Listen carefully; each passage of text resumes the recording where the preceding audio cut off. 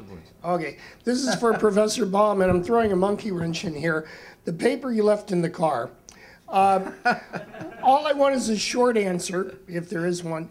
Pope Benedict, you've mentioned that he's had this position, this position, this position. Do you see it as a journey, albeit one with setbacks occasionally, or do you see him bouncing around?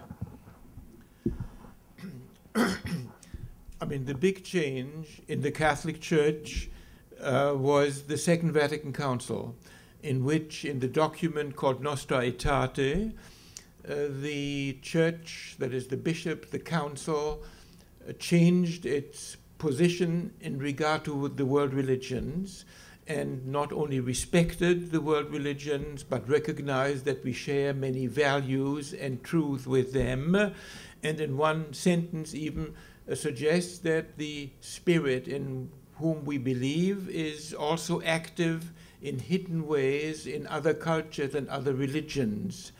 In the special section on a special relation to Jews, this was the extraordinary event, and since you asked me the question, I had the great privilege of being involved in this. I was appointed by Pope John the 23rd as a theologian at the Vatican Council, and I was worked at the Secretariat for Christian Unity under Cardinal Bear, and I was involved in writing these documents. I mean, this was a great, I was much younger then, and it was really very exciting to the Church reflecting.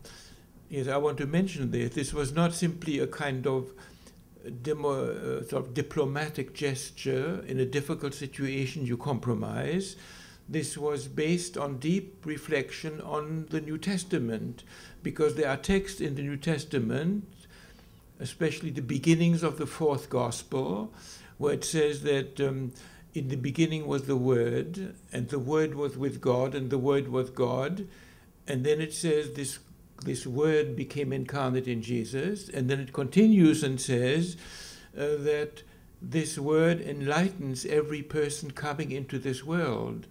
In other words, there were the ancient fathers, especially the Egyptian church fathers in the 2nd and 3rd century, attached great importance to these texts, and they believed that this Word, the Word which is God, the Word which will become incarnate in Jesus, in fact spoke to people throughout history.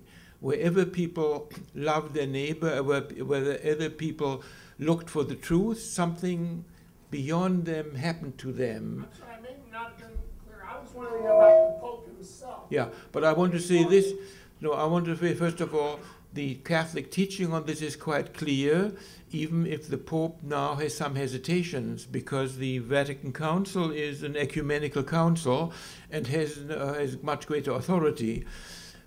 Pope Benedict, yeah, John Paul II, who was very conservative on issues of women and sex, but on interreligious dialogue, he was very good.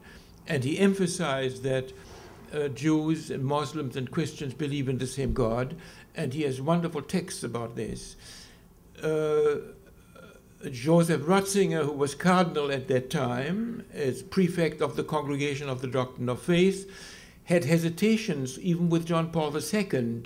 After John Paul II invited representatives of the world religions to come to Assisi to pray for peace. This was in 1984 and in 2002. And after the 1984 meeting, Cardinal Ratzinger published an article in Germany in which he criticized these meetings of the Pope because he said this could encourage relativism and therefore this shouldn't be repeated.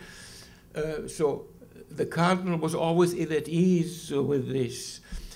He published a document in the year 2000, in August, I forget the date, but in August, called Dominus Jesus, in which he affirmed that religious pluralism exists only in fact, but not in principle, because in principle there's only one religion, one true religion, Roman Catholicism.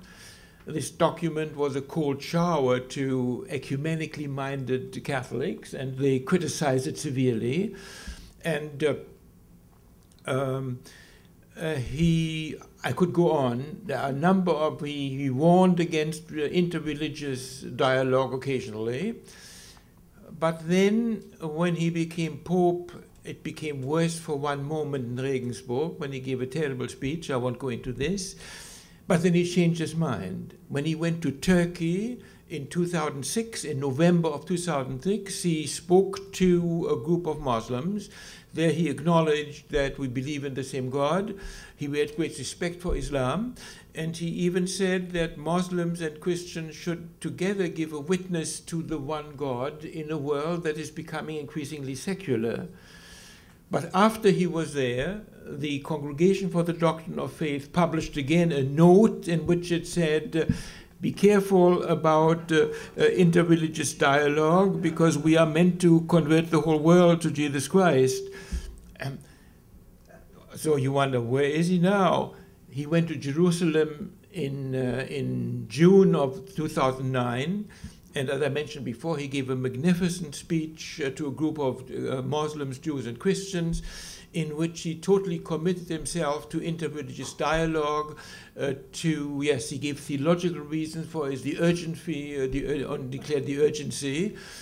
And you say, well, will he change his mind again? I don't know, but for me, what is more important is that the Second Vatican Council has made this decision, and this is the abiding teaching, and this is new, and this is exciting, and I'm grateful for this. So now I have a question for Professor Bryce Malmer. Your paper entitled Learning to Work in the Midst of Pluralism of Faiths, I would like to widen the perhaps understanding of faith, because there are many, many people who, while having no faith whatsoever in any supreme God, still have very deep faith in the basic goodness of human nature. And again, while all religions possess codes of ethics and virtue, ethical behavior is not the domain only of religion.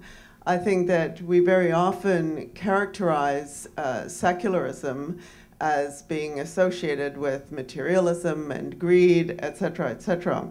But I wonder if you would agree that, like feminism, secularism has many faces, and that there are faces of secularism that deserve to be respected and brought into this wider dialogue of faiths.